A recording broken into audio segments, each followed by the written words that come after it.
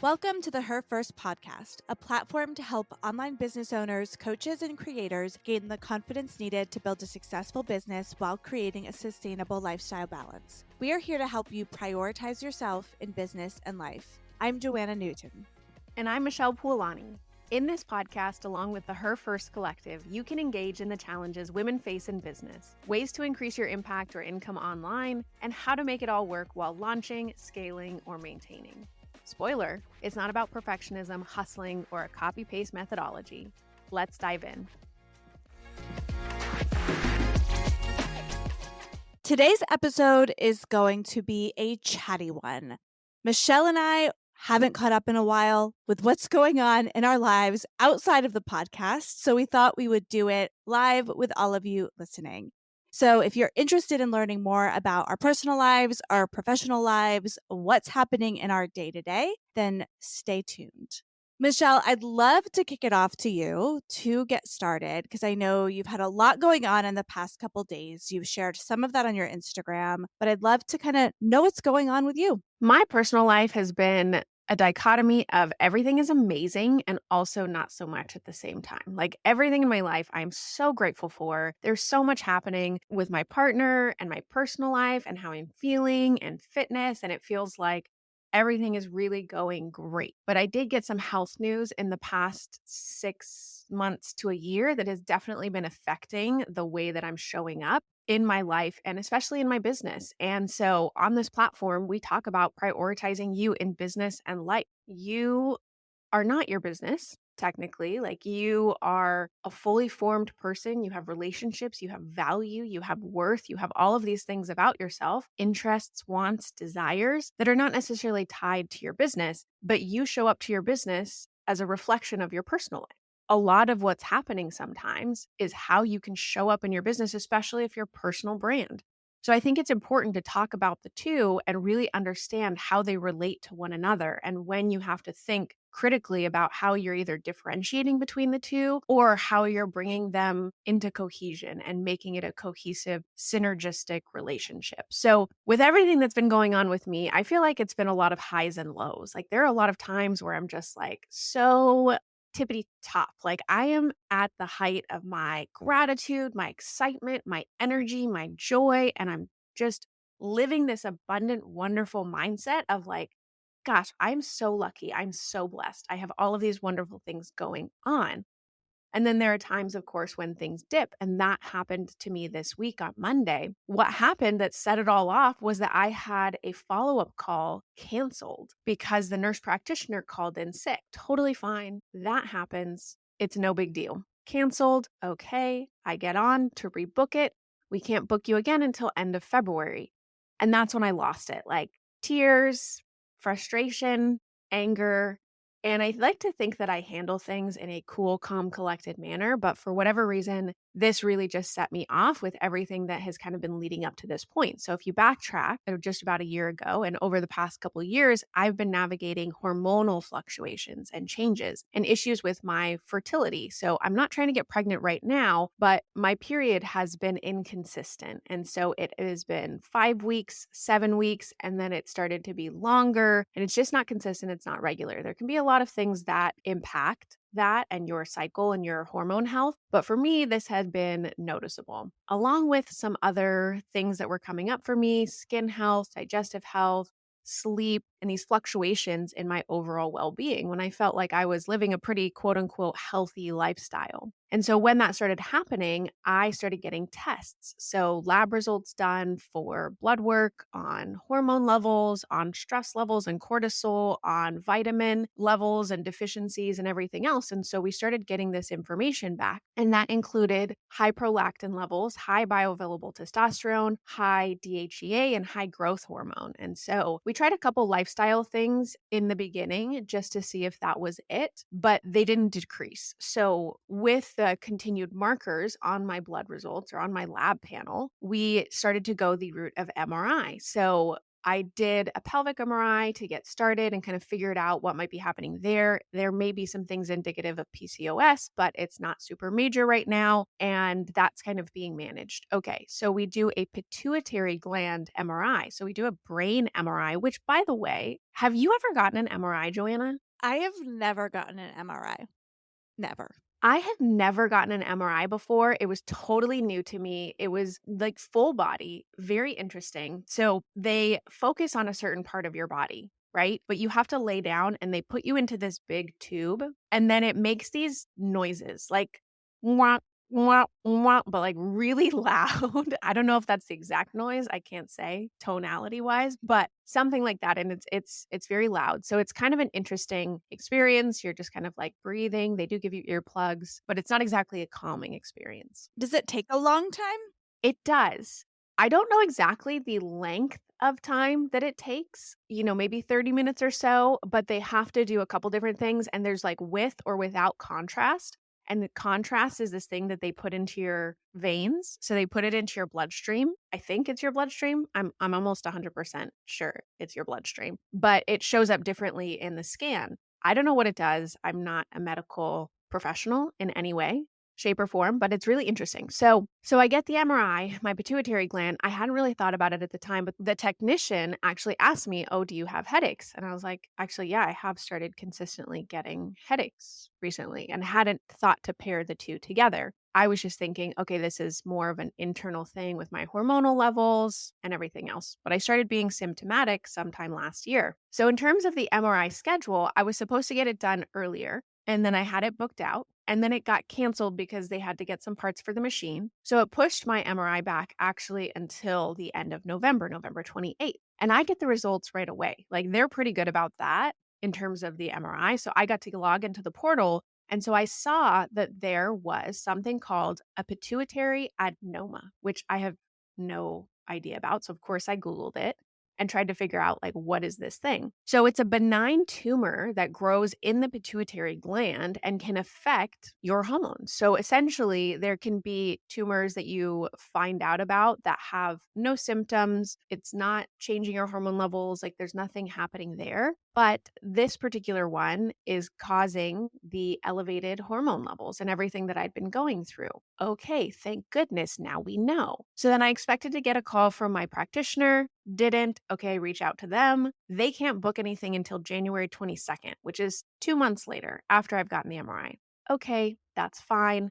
I will wait. And so that's why come January 22nd, when my appointment got canceled, I just kind of lost it because I'm sitting in this place of not knowing, which I think we've all been there. And I'm sure, Joanna, you can completely relate to this of feeling like there's something wrong with you, knowing then, okay, something is happening, and then having to wait for the medical system to respond. I think it's actually really interesting. Neither of us have really talked in depth about what we've both been dealing with medically. And we're both dealing with really difficult causes. Like when you have a cold, you go to the doctor, maybe you have a virus, they give you an antibiotic, you move on with your life. But when your body's like just not working properly, that's a really hard thing to do. And I've shared on the podcast before that I deal with something called ITP, which means my blood platelet counts are lower than normal. And I spent a year in and out of doctors having to advocate for myself, tell them to test for certain things, like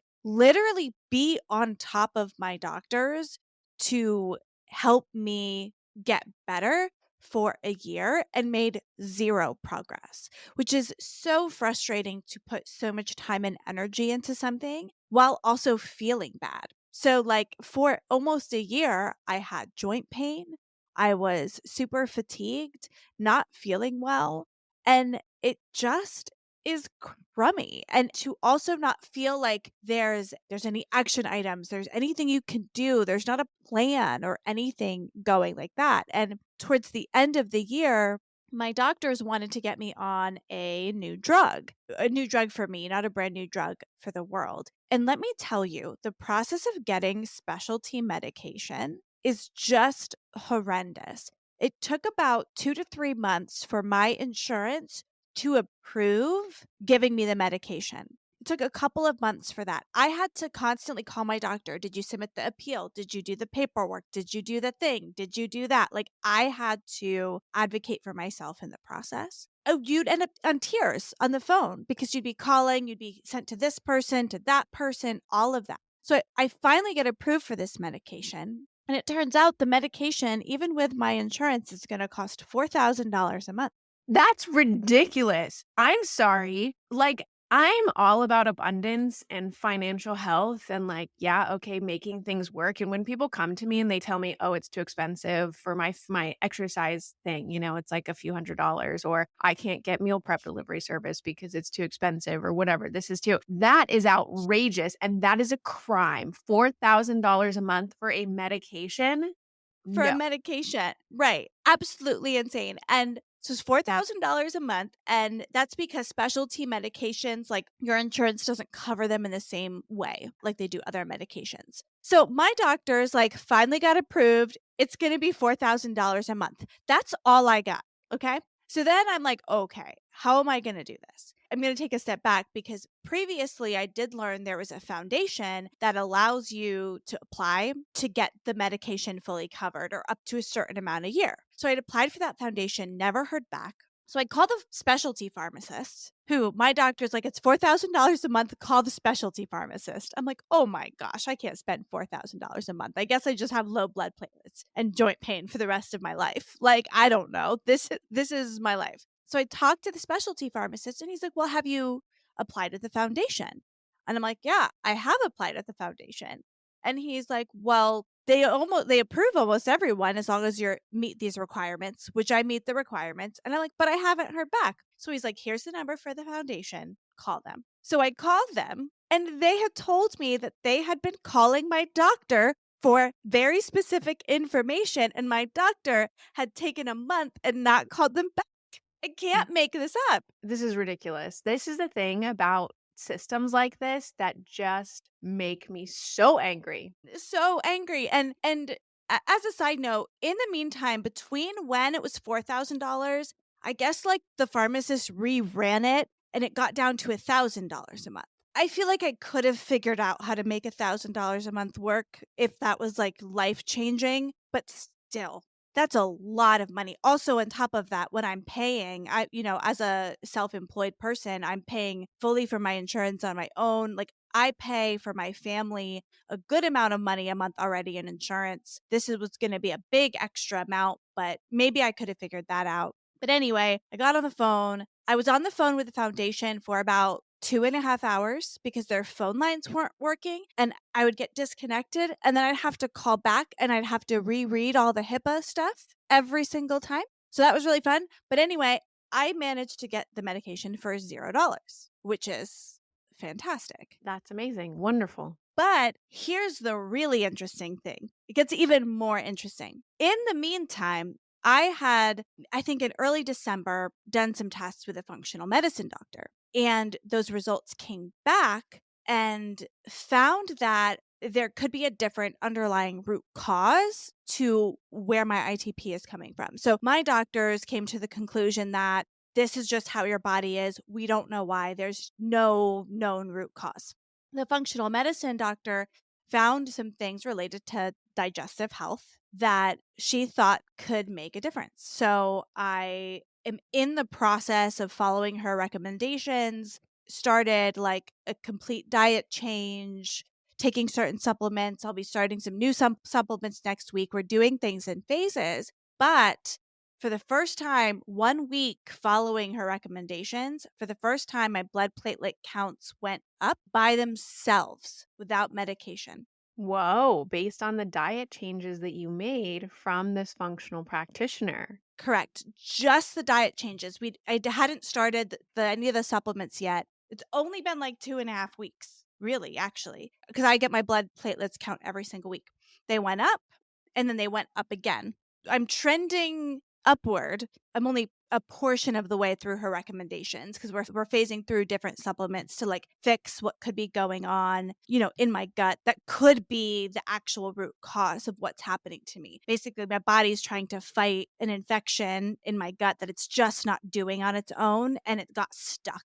That's the simplistic version of what she thinks is happening. Now, this could not be the only thing that's happening, whatever, but I'm seeing improvements in this other vein, which is amazing. And I hope that I keep, going up. I did get my $0, $4,000 medication. It's in my cabinet, but I'm going to wait to start it. Since I'm upward trending, I'm going to hold off and wait and see what's happening. But I think if you're not feeling great, I think the point is like seek yes, seek a medical doctor, talk to those people, but I felt like my doctors were telling me, we just want to keep your blood platelet counts above 50,000. They didn't care about my fatigue. They didn't really care about my like joint pain. They didn't care about my life quality.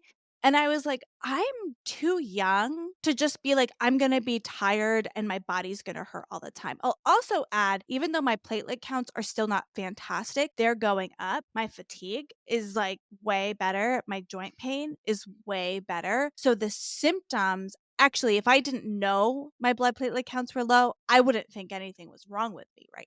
That's so interesting. So I, come from the health world and I have spent years, we've never gotten into this on the podcast, of course, because it's not super relevant, obviously, to business as we talk about it on the whole. But I have spent years navigating that health world and doing different things. So I am a big believer in functional medicine. I'm a big believer in naturopathic solutions. And if you can, address something in terms of diet, in terms of lifestyle, in terms of healthier supplementation options as opposed to straight prescription medication, I'm all for it. And transparently, I did Accutane a long time ago as an adult in my early 20s, and it completely ruined my gut health and really changed things about my body that I can never get back. So, if you're listening and for some reason thinking about doing Accutane, DM me and I advise you not to, and I will tell you why. So, in any case, beyond that, I did address a lot of diet stuff. I was diagnosed with SIBO at some point, which is small intestinal bacteria overgrowth. I did the testing. I've done multiple like gut health testing things. I've addressed my diet when it comes to Viome, Viome.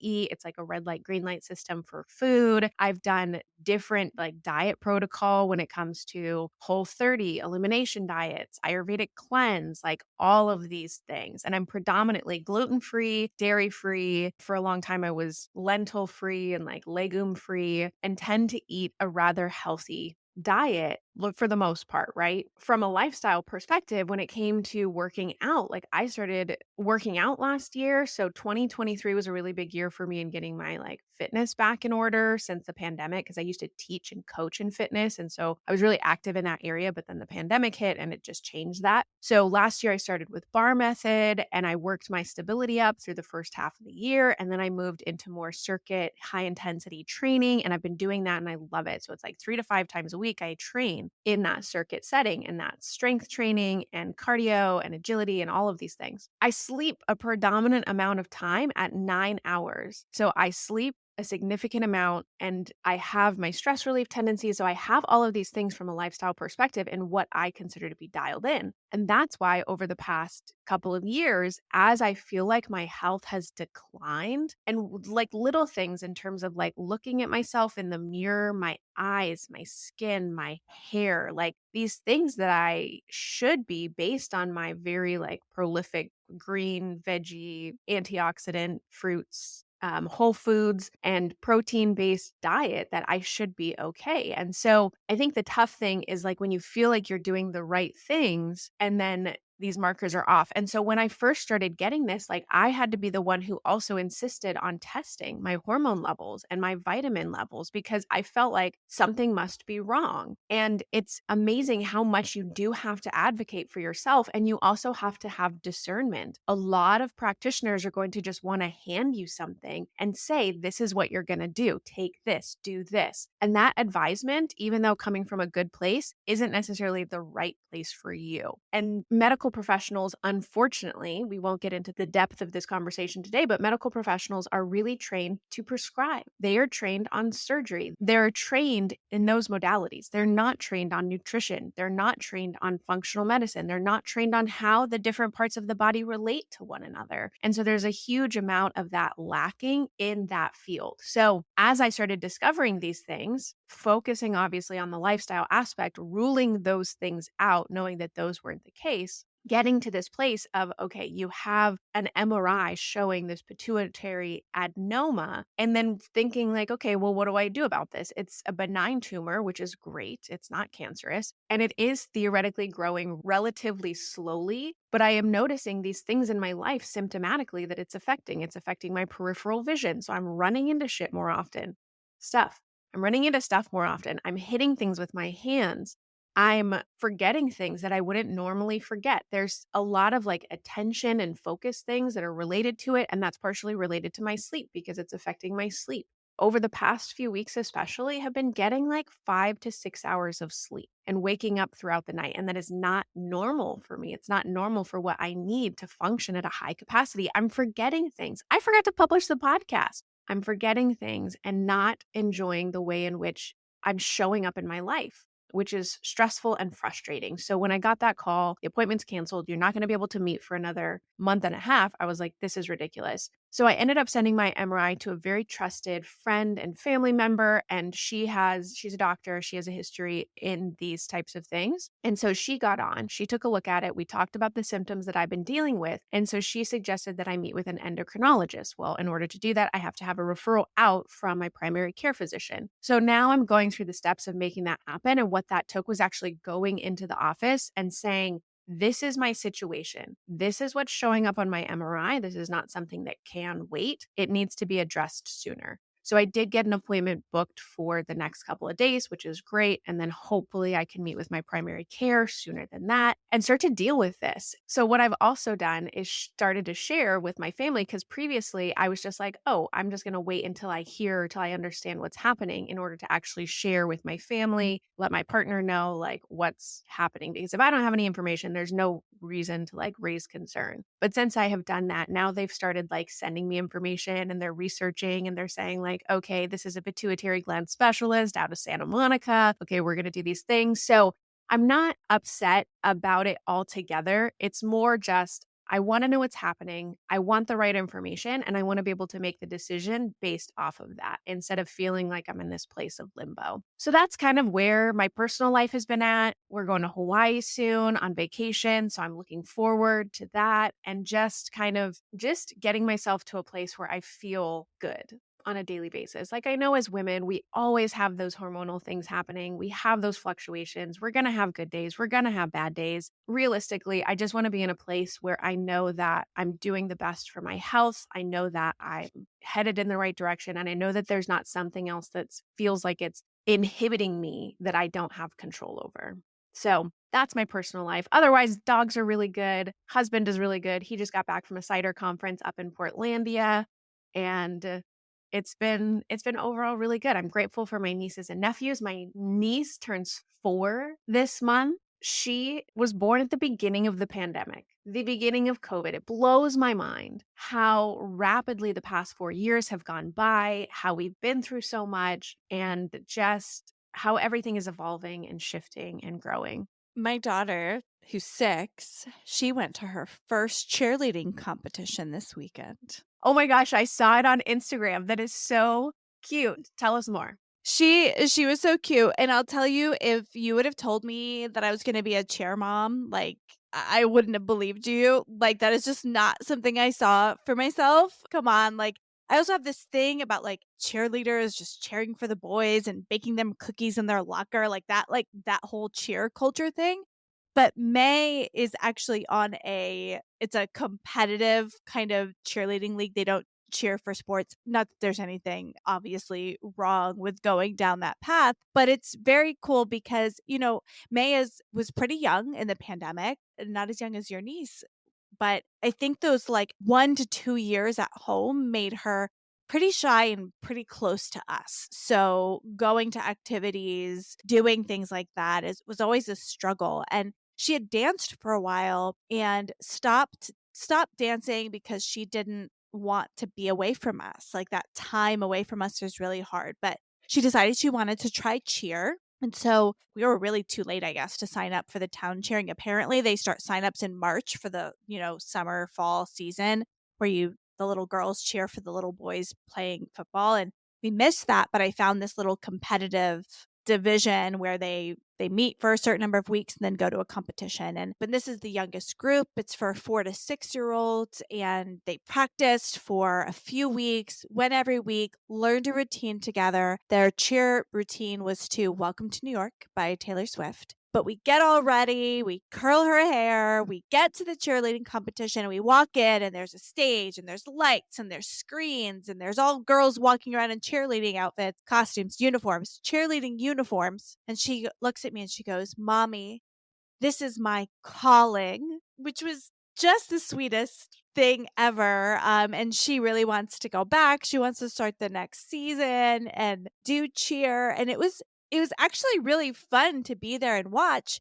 And when you're watching the competition, you get to see different age groups. And there were some like 12, 13-year-old girls doing some crazy stunts and tumbling. It was actually really super impressive. And for her too, she got to watch the older girls, see what they're doing, see what she's doing, work with her team. She just absolutely loved it. That's so wonderful, and having her walk in and say, "This is my calling," that is just so adorable and so neat. Now, cheerleading is a competitive sport. This'll date me, but Bring It On blew my mind when it came to cheerleading and, like, what they go through. So, I think it's actually a really interesting, phenomenal sport to be a part of when it comes to dance and tumbling and gymnastics. Is like a really interesting blend of skills. And I think that she'll evolve with those skills over time. I see a lot of online social media folks who do those stunts, and I think it's really impressive. And it takes agility, it takes power, it takes strength, it takes trust and relationship building. And so there are a lot of positive dynamics that can come out of cheerleading in that experience. So that's really sweet. Well, as far as professionally, let's get a little update on Millennial Marketer and see how things are going there for you. So we're having a great year so far. We're continuing to grow, find new clients, find new folks to work on our team. We've been expanding our copywriting team, which has been a lot of fun, bringing in new people to help and write, because that's just such an important and time consuming part of a process of a lot of projects. But we're really close to launching something that's going to put us in like the next phase of our business, which we're really excited about. I was working on this yesterday and watching all the content and putting it together for this new thing we're calling. I'm not going to say what it's called yet because I don't know when we're going to like reveal the name of it. But basically, what it is we're creating video content and trainings to go along with each of our services. So when someone gets a webinar funnel and we're building a webinar funnel for them, not only will we build that funnel for them, but we've created a course to go along with it that's going to teach them the skills for any of the portions they need to do themselves, but also help them walk through our process. So it's going to be a really great way to teach our clients strategy and skills they need, but also help automate our internal processes a little bit more. So it's kind of starts to become this hybrid of like a done for you service and a course meeting somewhere in the middle.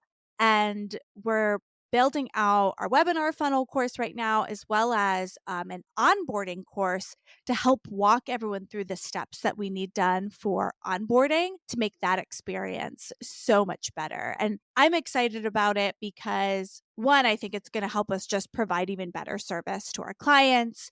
There's so much more added value to what we do that starts. I know we've talked on this podcast about figuring out how to do less trading time for money, right? Like, how can we stop doing that? That's moving us into that direction of not just trading time for money, because a lot of those videos would have been one-on-one calls with clients. And not that we won't have one on one calls with clients, but we can say, watch that video, and then let's get right to talking about your specific situation versus having to go back and do that teaching. So we're going to be able to spend likely a lot of fewer face to face hours with clients because they have this great instructions available to them.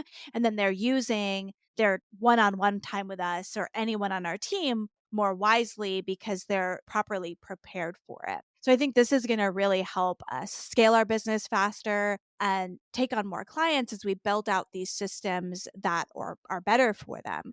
And I'm Mhm. actually doing a trip in a couple of weeks to film more for that portal. So we're just creating more and more content for it. Such a powerful tool to be able to offer your clients and within the services that you do. Not only are you focusing on the automation and the systems, which enables you as a business owner to free up more of your time, more of your energy, more of your mental space, but I have to say, in the past, when I have done programs or gotten into courses or done offers, and the coaching calls are specifically geared around teaching, or the one to one calls are specifically geared around teaching, it feels like a waste of time and energy. I don't want to get on a one to one call. I don't want to carve out time in my schedule, get on a Zoom and learn how to do something from someone. That's not what I'm there for. I'm there to be individually guided. I want to talk about the things that are, like you said, uniquely specific to me, where I am, what my needs are, what's going on in my business, what's going on in my mental space in terms of blocking me from doing that thing that I'm supposed to do. A lot of coaching conversations go that way, right? A lot of people know what they're supposed to do, but just aren't doing it. So a lot of that coaching is helping them to actually do that thing, or maybe clarifying something that they didn't understand from the videos.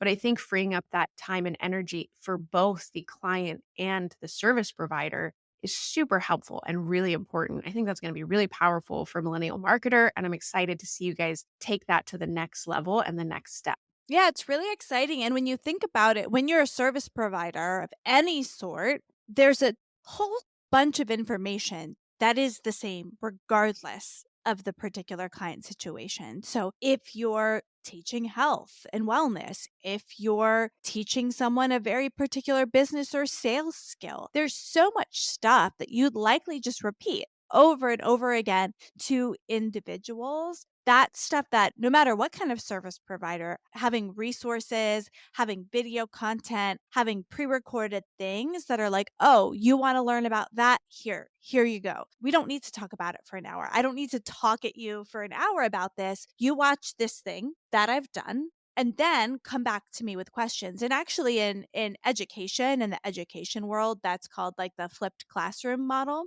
where they talk about instead of lecturing students in class time, give them the materials to learn on their own. And then when they come to class, we're going to practice, we're going to discuss, we're going to apply, right? We're not going to just sit here and watch me lecture you because that's a waste of everyone's time. I think that this brings up the conversation of how digital products are so important at so many different levels. They really give you space, time, and freedom with a lot of what you're doing, whether you are just one to one, whether you're in the group setting, whether you are creating content on a larger scale, just from an audience building perspective. You have the opportunity to next level educate people, connect with people, and really translate what it is that you know, what it is that you're skilled at, your information, your knowledge at that level, and then be able to dive deeper with additional support. We were just actually having this conversation in my next level coaching membership.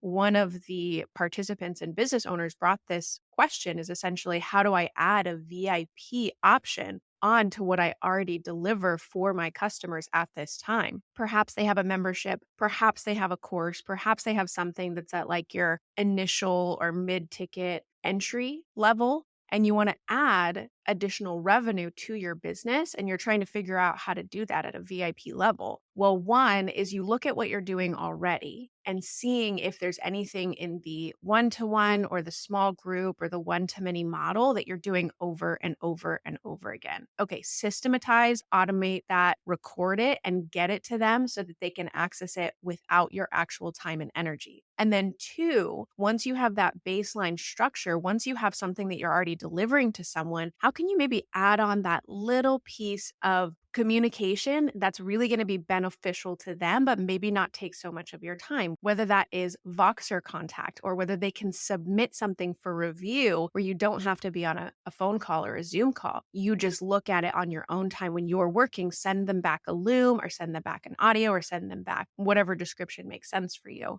These little ways are really great opportunities to see how you can add to the bottom line of your business, improve the experience for your customer or consumer, and continue to grow and scale your business. I think it's a really great way to approach what it is that you're doing and looking how you can enhance that experience. And I'll add to that piece too. Another added benefit of doing that, of doing what we're doing with Millennial, is quality control and training of new employees. So imagine when we have all of this built out and I bring on a new copywriter. I can say, this is our webinar funnel system. Go watch it. Your role is the copywriter role. And then I'm not sitting on a call training them. And then they have very clear expectations of their job and what my job, what the client's doing, what they're doing by watching it from the client's perspective. They watch through the system. They hop on me with a call. We talk through any questions. They're ready to go. They're trained. So you can also use these materials to train and grow and scale your team. I don't know how many times any of you have ever started a new job. You get to a new job. Most new jobs don't have really good training. You are lucky if you have a couple of calls with someone telling you what to do. And mostly, like, you're on your own figuring it out. Imagine if you went to a new job and you actually had for that first, that first week, you never know what to do with yourself. You're not sure what to do. You're waiting for your boss to tell you what to do. And it's super awkward. If you had a video catalog that talked about the company culture, the experiences, even if you had training videos for your customers, the person could watch those and learn everything that they needed to know about the company. So, digital content and digital resources have so many uses, right? Like, you can sell them, you can monetize them, but you can also utilize them to just make your business better overall. Beautiful. I love it. Yep. That's exactly a great way to go about leveraging what it is that you've done and being smart about it and noticing that this takes time. It takes effort. You have to be able to pull back from the services, from what you're doing on a daily basis to be able to think strategically about this. But you make the time, you make the space, and you know what? It's going to save you time, energy, and resources across the course of your business in the trajectory of what it is that you're doing as you scale and grow. So I know if you're thinking to yourself, I don't have the time for that. I don't even know how to get started. I don't know what I'm doing when it comes to that. Well, obviously, you can reach out to us. You can join the Her First Collective in our Facebook group. You can ask these questions where we speak openly about it. It's a complimentary group that you can get feedback directly from either Joanna or myself or other business owners who are experiencing similar challenges or setbacks. So awesome. I love it. I'm so excited to see Millennial soar this year. And I'd love to pivot a little bit because I know you're very busy with TBH and have a lot going on, lots of things, but it's in a completely different realm than both of us normally live in because it's a physical product. Do you have any updates and things you want to share about how all of that's going? Yeah, absolutely. I have to say, again, transparently, that it's been challenging balancing both businesses, right? It's been challenging thinking about my personal brand, introducing this new offer, this new product, while also focusing on TBH.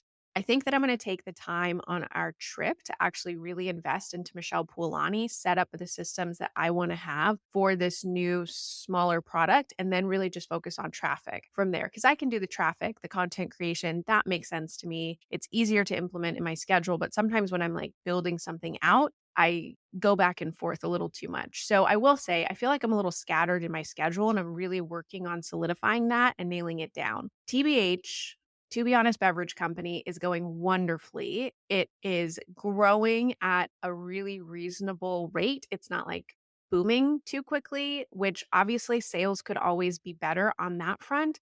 And then that being said, you also don't want to grow beyond your potential from the very get go. That can also really have a business come crashing down. Again, another coaching call that I was in had this conversation of, she was aiming, I think, for 50 new members in her product and program online, and she got 100 members, and she kind of had a little bit of like a reaction. Nope, that's not going to work for me.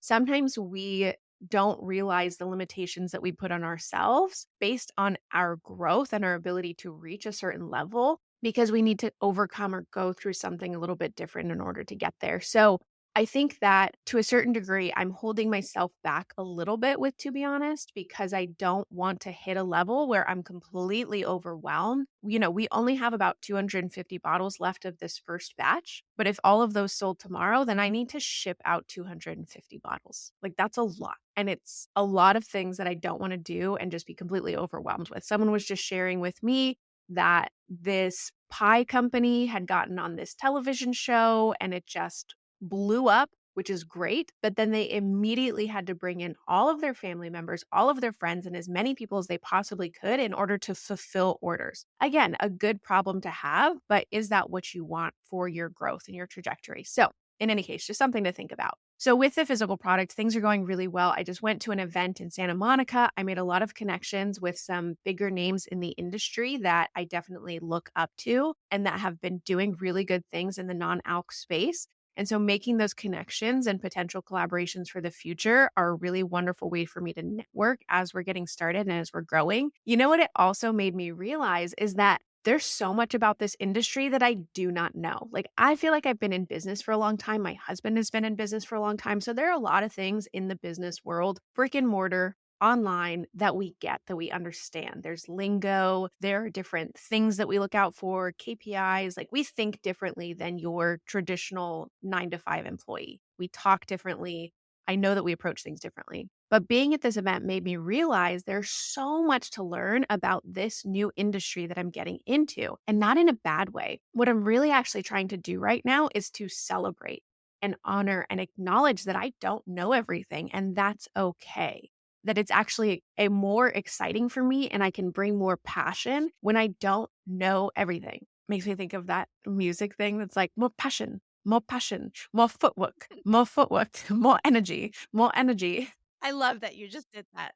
So yeah, so it's making me realize there's so much to learn, but that we're also doing really well. Like our table display when we go to markets, when we go to events is really refined. Our product is top notch.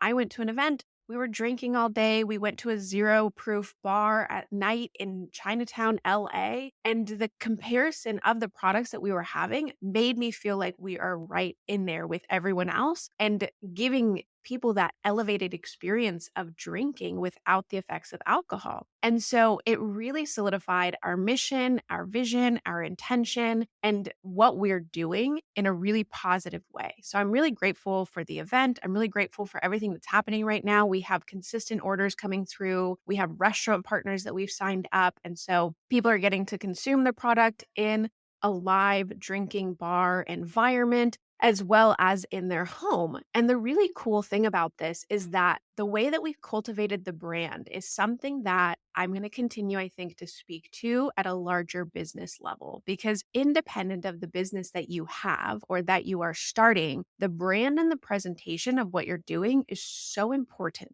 It's so important, especially based on how you plan to get customers. Joanna and I have talked about different models of gaining clients, whether that is direct outreach, right?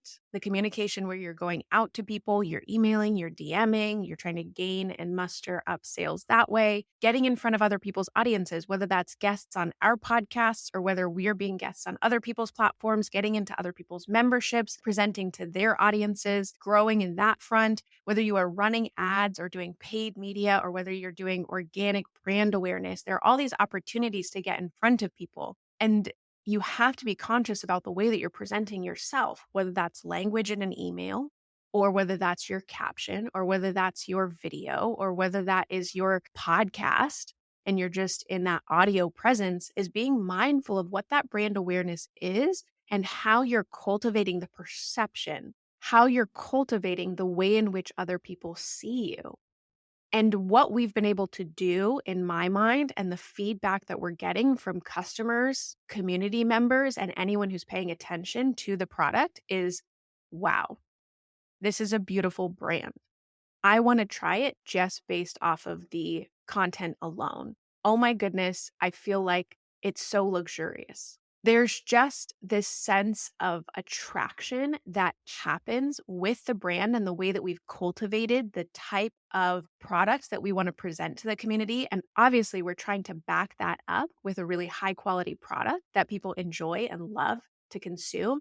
And that way, they'll be repeat customers. But in order to bring people into us, we've been really, really intentional about the brand that we've created. And I think that's really important to talk about and think about for yourself as a personal brand, as an agency, as a physical product, as a digital product service, whatever that is. I think that people are going to buy into that brand of who you are and how you're showing up in a really big way. And that's been demonstrated in even the fact that we've gotten launched in the past few months. People really feel like it's already a big brand, that it's already a big business, and they're excited to be a part of it. So I think that everything's going really well on that front. We're excited to continue to grow. I think that 2024 is going to be a big launch year for us.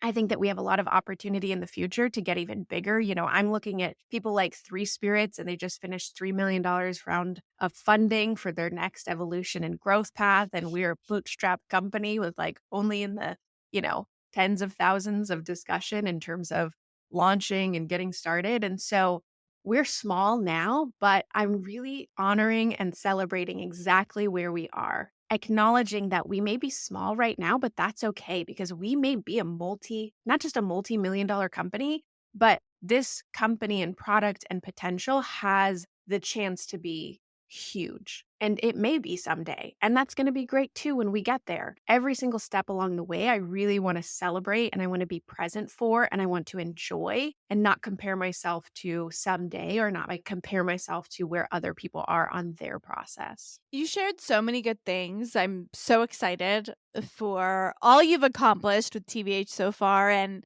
everything that's to come. But one thing I want to pull out and kind of highlight for those listening is that you shared that you have so much to learn, right?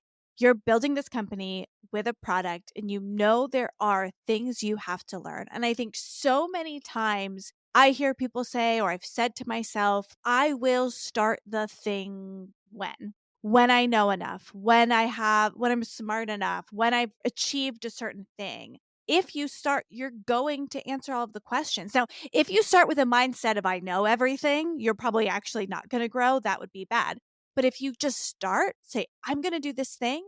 I'm going to go down this path. I'm going to read the books I need to read, talk to the people that know more than me, do my research, take one step at a time, do it. By the end, you will be an expert in that thing. And that's great. I remember when I first started like social media freelancing, I didn't feel like I had the right to sell myself as an expert, which is like funny because I ran social media accounts for brands. It's not like I didn't do it, but I looked at other people doing it and thought they're so much better or smarter or know more than I do. But then as I started actually digging into some of those people's content, I was like, oh, I know that. I know that. I know that. Oh, that's something I didn't know, but now I know it.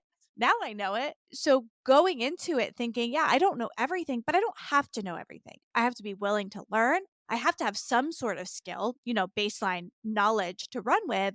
But like, I'm going to learn it as I go. I'm going to figure it out and to not just think down on what you don't know, right? But like really be confident in what you do know and then your ability to learn and grow. Yeah, absolutely. And I think this is such a great thing to highlight because in the content creation, in the online business space, in the creator economy, we have a huge sense of imposter syndrome, self doubt, these feelings that we can't do it. We don't know enough yet. We're not skilled enough. We're not experienced enough, whatever it is. There's something that Rachel Rogers said recently that stuck out to me that we have to discern for ourselves this difference between qualified and experienced. Just because you are not experienced doesn't mean that you're not qualified. And a lot of times we're not giving ourselves enough credit for even the experience that we do have, right? The experience that you had, Joanna, in running large social media accounts for brands. I've run a lot of people's social media accounts. Do I think that I'm skilled or qualified enough in social media?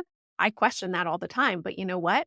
I've done it and successfully and pretty well for most people.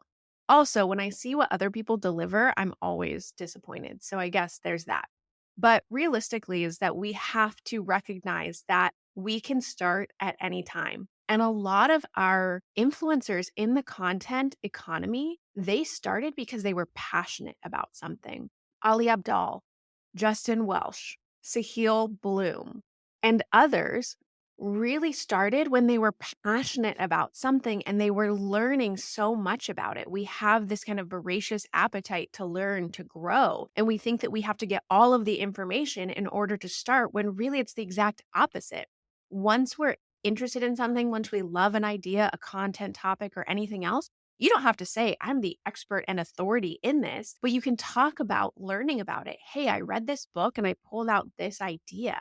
This is what I think about it. The social media space is more about contributing your thoughts and your opinions now than it ever has been before.